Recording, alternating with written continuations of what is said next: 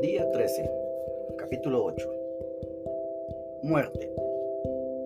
A medida que adelantaba la primavera, se iba notando su mejoría, de tal modo que la víspera de su muerte, sábado 6 de junio de 1925, pudo decir a su capataz que ya se sentía tan bien como siempre.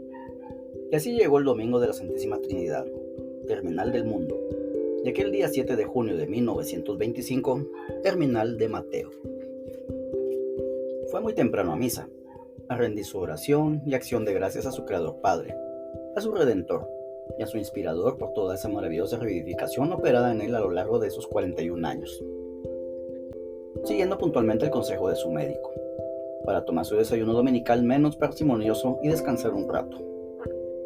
Luego, el gran Quijote de Dios, Mateo Talbot de Irlanda, procede a vestir su arsario de caballero andante, sin Rocinante ni Rucio, yendo por sus propios pies por los caminos y veredas, zarzales y desiertos del mundo. Pegado el oído al transistor receptor de las emisiones de radio transvariación novia eterna, dio el último retoque al templo de su cuerpo. Sujetó sus cadenas de diversos tamaños a sus brazos, piernas y cintura.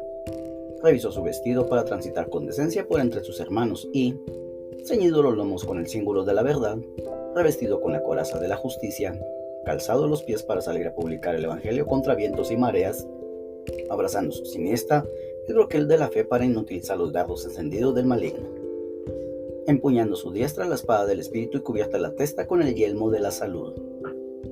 Efesios 6, 11-17. Se dispuso a salir, pero su taquicardia volvió de improviso. Un inquilino amigo suyo lo notó y le dijo que no podía salir en estas condiciones. Mateo lo admitió, añadiendo que había estado muy bien hasta esa mañana. Subió a reponerse, y unos 30 minutos después volvió diciéndole con su amable sonrisa a su amigo que aquello que había pasado y se sentía de nuevo muy bien, y que se iba para la iglesia de los dominicos. Y salió el soldado de Cristo para la última ronda silenciosa y sonora de su actitud delatora de tanta debilidad, cobardía y desvergüenza de tantos hombres y mujeres rendidos al hedonismo, al control, a la lujuria, a la vanidad mentirosa, a la viveza comercial y política, y pseudo religiosa. Allí pasaba el caballero de una sola pieza, inclaudicable, fiel a la fidelidad universal y eterna. Unos minutos más, y ese pobre y buen viejito va a ser descubierto como héroe de este mundo moderno amorfo, traidor a sus orígenes divinos, y sentado sobre los desechos y podredumbres de sus abdicaciones racionales trascendentes. Caminaba otra vez, como un caballito, con su paso rápido, por un extravío que cortaba la distancia a la iglesia de los padres dominicos. Una extraordinaria ola de calor se cernía esos días sobre Irlanda. De pronto, Mateo tropieza y cae rendido. ¿Al suelo? No, a su señor, que salió de su palacio a su encuentro, para darle la bienvenida y la recompensa inmensa al servidor fiel y buen calculador. Una señora que tenía una tienda enfrente lo había visto desplomarse y corrió con su hijo a levantarlo y a traerlo a la entrada de su tienda. Como estaba muy pálido y sin habla, la buena mujer entró corriendo a traerle agua. Al darle de beber, se dio cuenta de que no se trataba de un simple desmayo, sino de que este hombre se estaba muriendo. Mientras le acercaba el vaso a la boca, le dijo: «Pobre amigo, usted se va para el cielo». Mateo abrió sus ojos y miró fijamente, pero no pudo decir palabra. Entonces la piadosa mujer le hizo recostar la cabeza en el suelo y retirar su mano. La otra mano de otra mujer la recibía en el cielo. Estaba muerto. Unos meses antes, su hermana le había dicho, después de prestarle una atención: «Mateo, ¿puedo volver más tarde y hacerte compañía?». Y Mateo le había respondido: «¿Qué podrías hacer, Susana? Si me muero, tengo siempre a Jesús y a María conmigo». Madre e hijo venían ahora a decirle: «Muy bien, Mateo, has cumplido perfectamente todas nuestras miras sobre ti. Entra en el gozo de tu Señor, de tu amigo y de tu madre». Hijo y madre se dispusieron ahora a revelar al mundo quién era el buen viejito, que corría siempre en pos de su Señor, de su amor. Un devoto cristiano que regresaba de la iglesia se acercó a donde yacía Mateo y lo bendijo con un crucifijo. El padre Walsh, O.P., se vino de la iglesia, y al ver que estaba muerto, se arrodilló en la senda y rezó por él las preces mortuorias. Llamaron al doctor y confirmó que el hombre estaba muerto. Llegó luego la ambulancia municipal. El guardia preguntó a la concurrencia si alguno conocía a este hombre y, al no recibir respuesta, registró sus bolsillos. Salió un rosario y un libro de oraciones. Nada más. No había nombre ni dirección. En consecuencia, el cuerpo, que había sido templo reconstruido de Dios, fue llevado a la morgue del cercano hospital de la calle Jervis, de las Hermanas de la Misericordia, para pasar por las comprobaciones de rutina. Luego la hermana Ignacia se acercó con otra hermana y dos portadores del hospital con el fin de preparar el cuerpo para el entierro, según las reglamentaciones públicas del hospital, sin secreteos de familia. Dios tenía que entregar al mundo los secretos de penitencia y humildad de su servidor. Ya pertenecía desde el cielo el patrimonio del pueblo de Dios. Mientras Sor Ignacia iba quitando los vestidos, ayudada con sus tijeras, tropezó con algo duro, prosiguiendo con respeto. Se vio que eran unas cadenas que ceñían su cintura. No se habían encarnado, pero sí marcaban una clara señal sobre la piel, delatando un largo y continuado uso. Ahora con reverencia, mezclada de admiración, siguieron quitando las cadenas y el grueso rosario con su crucifijo que descansaba sobre el pecho. Las cadenas estaban algo oxidadas, pero el cuerpo parecía escrupulosamente limpio, lo mismo que sus ropas. Terminó la piadosa tarea, sin haber llegado a ningún indicio de la entidad del protagonista de tan extraordinario caso. La hermana Ignacia dejó indicado que las cadenas debían ser quitadas del cuerpo y puestas en la caja mortuoria con los restos del difunto. A la mañana siguiente, las hermanas de Mateo Talbot, que lo estaban buscando con ansiedad desde la noche anterior, fueron a dar parte a la guardia de la ciudad, y al poco rato ya estaban en la morgue de la calle Jervis identificando al hombre desconocido, que sería pronto noticia universal. Como había pertenecido a la Tercera Orden de San Francisco, lo revistieron ahora con su uniforme y su distintivo de nobleza cristiana, el hábito pardo de San Francisco. Como broches, estaban al lado de sus cadenas que lo habían fijado a María y habían encadenado al dragón enemigo. No fue sino hasta el miércoles cuando llevaron el cadáver a la iglesia de San Francisco Javier, de la calle Gardiner. El día siguiente era la fiesta de Corpus Christi. En la velación de la víspera, pusieron el cuerpo en el mismo lugar donde por tantos años Mateo Talbot había ofrecido su adoración de rodillas con fe profunda y amor encendido. Fue su última vela de armas. El día de Corpus Christi, 11 de junio de 1925, sus parientes, el vinatero, un sacerdote amigo, algunos trabajadores de Martins y los cofrades de la calle Gardiner estaban acompañando su funeral. Fue el funeral de un hombre pobre. Los costos no excedieron las 10 libras, $50. El caso Talbot fue pronto conocido por toda Irlanda y por el mundo entero se extendió rápidamente su reputación de santidad. En 1931 tuvo lugar la primera encuesta oficial sobre su vida y 6 años más tarde un decreto papal incoaba su causa de beatificación. En 1952 sus restos fueron exhumados y puestos en un nicho en el círculo central del cementerio de Glasnevin. Uno de los presentantes había sido monaguillo de la iglesia de Berkeley Road, donde Mateo Talbot solía ir a rezar. Ahora era el presidente de la República de Irlanda, Sean T. O'Kelly. Desde 1972 descansan sus restos en un mausoleo de granito en la iglesia de Nuestra Señora de Lourdes de la calle Gloucester, la parroquia donde Mateo Talbot pasó la mayor parte de su vida. El 3 de octubre de 1976, el Papa Pablo VI firmó el decreto de consagración por las causas de los santos, que declaraba la heroicidad de Mateo Talbot en la práctica de las virtudes cristianas.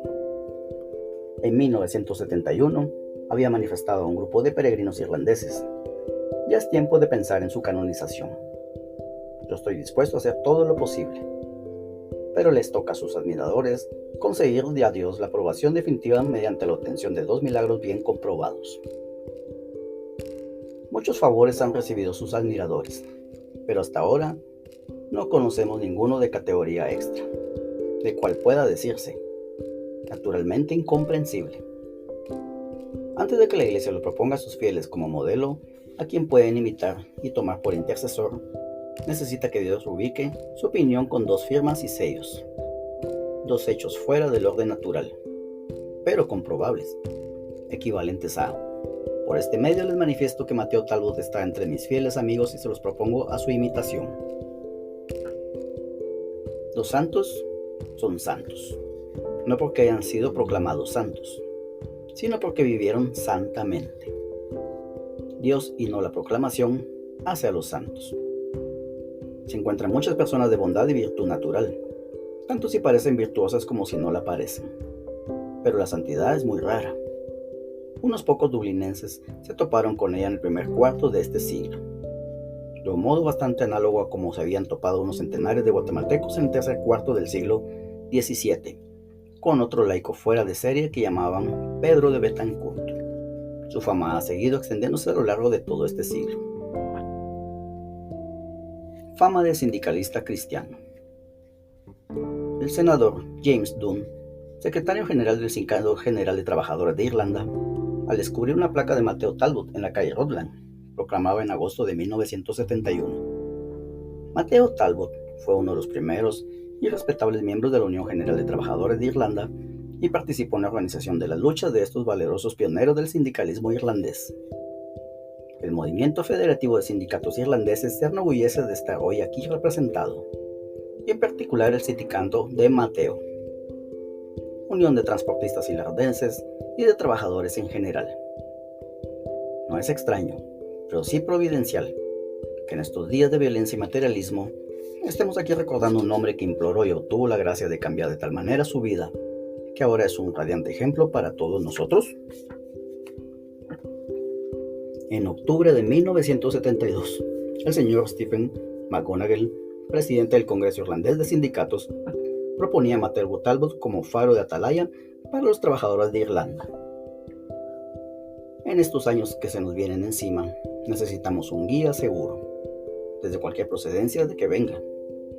¿Y qué mejor procedencia que la de un obrero irlandés?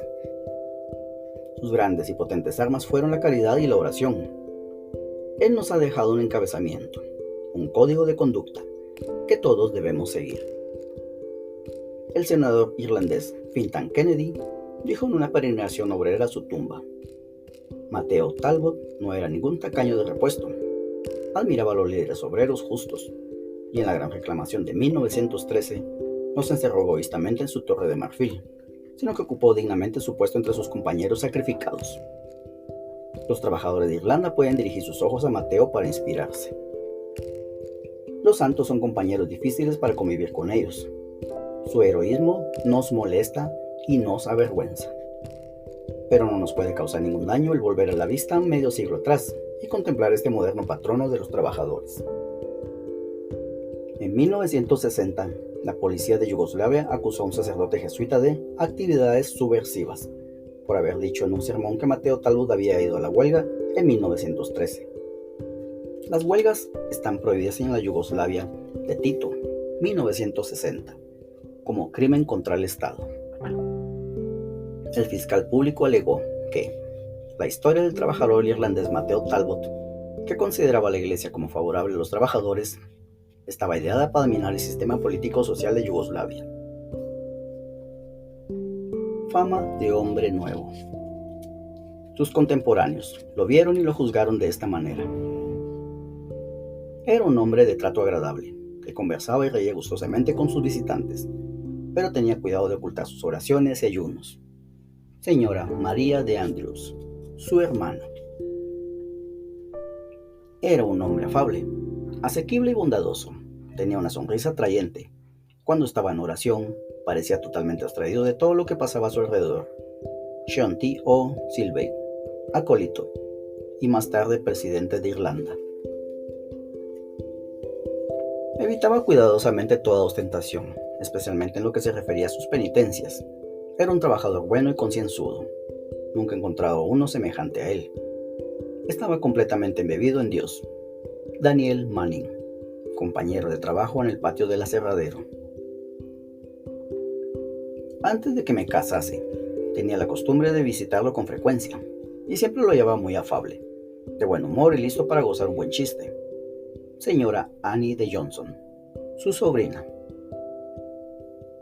En Estados Unidos de Norteamérica, un movimiento inspirado en Mateo Talbot y promoviendo retiros para alcohólicos anónimos, principio de 1943, en Nueva Jersey. En 1975 eran ya 69 los grupos. Todos los que han decidido liberarse de estas cadenas han coincidido con Mateo Talbot en 3 cosas. 1. Solo un poder superior los puede librar. 2. Reconocer sus hierros e injusticias. 3. Repararlos. Aquí tenemos, pues, un modelo. Pero, ¡ojo! Hay otras borracheras tan perniciosas y tan ansiosas como las del alcohol. Las borracheras de la gloria, del orgullo, de la vanidad, que minan tantas almas, ofuscan tantas mentes con ilusiones demenciales, queman y roen tantos corazones con envidias agotadoras y dolios mortíferos. Estas mentes, presas del poder de las tinieblas, que nadan en amarguras y mantienen la sociedad en zozobra, tienen también en Mateo un buen modelo de santificación, un hombre independiente que no andaba registrado vidas ajenas, atento a sus deberes hasta los más mínimos, colaborando humildemente y gratis pro Deo con toda causa humanitaria. La solución a todas estas guerras de diosillos es reflexión realista, humildad, humildad, humildad, y vista puesta en Jesucristo, y amor a Dios. Con esto ya vendrá el amor al prójimo. Hay mucha ayuda que prestar, mucho ignorante que instruir, mucho analfabeta que alfabetizar, mucho cursillo que entregar, mucha ventana, puerta, mueble que componer, mucho campo y jardín que cultivar porque la viuda o el enfermo no pueden, mucho enfermo que llevar al médico o enfermera, etcétera, etcétera. Después de esto, ya no tendremos tiempo de pensar en problemas matadores. La vida influirá para todo nuestro ser. Misión de Mateo Talbot. Y ahora, amigo lector, creo que ya tendrás respuesta para la pregunta que te habrás hecho al principio de este librito. ¿Para qué esta vida tan rara y tan dura? ¿No habría podido aprovecharse la oportunidad y casarse con aquella buena muchacha de casa del pastor protestante, que tan buen tino le propuso matrimonio? Sí, por cierto, y podemos pensar que habría formado un hogar modelo y feliz, pero habría sido una vocación común y de campo reducido, y para el cultivo profundo de su campo universal. Dios se buscaba amigos incondicionales que puedan ofrecer sus manos, sus pies, su palabra, su mente, su amor a todo lo que Él nos necesite. Mateo, casado, habría enamorado a una mujer y a unos pocos hijos, pero no habría podido enamorar espiritualmente a 1 millón, 5 millones, 10 millones de almas vencidas por la bagatela, angustiadas por el tirano escondido en la botella o en la jeringuilla. Todos actuamos por amor y con ambiciones suscitadas por nuestros modelos admirados.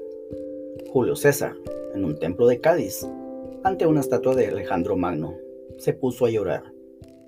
¿Qué te pasa, Julio?, le dice un oficial amigo. Estoy pensando que Alejandro, a los 20 años, ya había conquistado el mundo, y yo todavía no he hecho nada.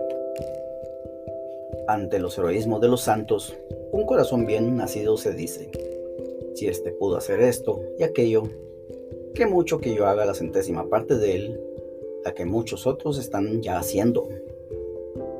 De haberse corrido la vida de Mateo Talbot 40 años para acá, de seguro que había sido asistente asiduo de un buen grupo AA, pero acabamos de ver que fue un precursor a su modo, y calificado. Podemos tomarlo, pues, por modelo y animador, y no solo los beneméritos AA, sino también los más problematizados OEA, pues el orgullo enriquecedor y la envidia secadora y que no deja dormir son las raíces prolíficas de tanta desventura individual y colectiva. En este nuevo club de orgullosos y envidiosos anonimados debemos ir ingresando todos. Si no nos añinamos, no podemos entrar en el reino de los cielos, que tiene aquí abajo su inicio. Adiós, Mateo. En el cielo nos veremos. Prepáranos un lugar para comunicar nuestras experiencias, bajo la mirada del amigo triunfador que no falla. Ha sido nuestro faro. Te seguiremos hasta encontrarlo a Él.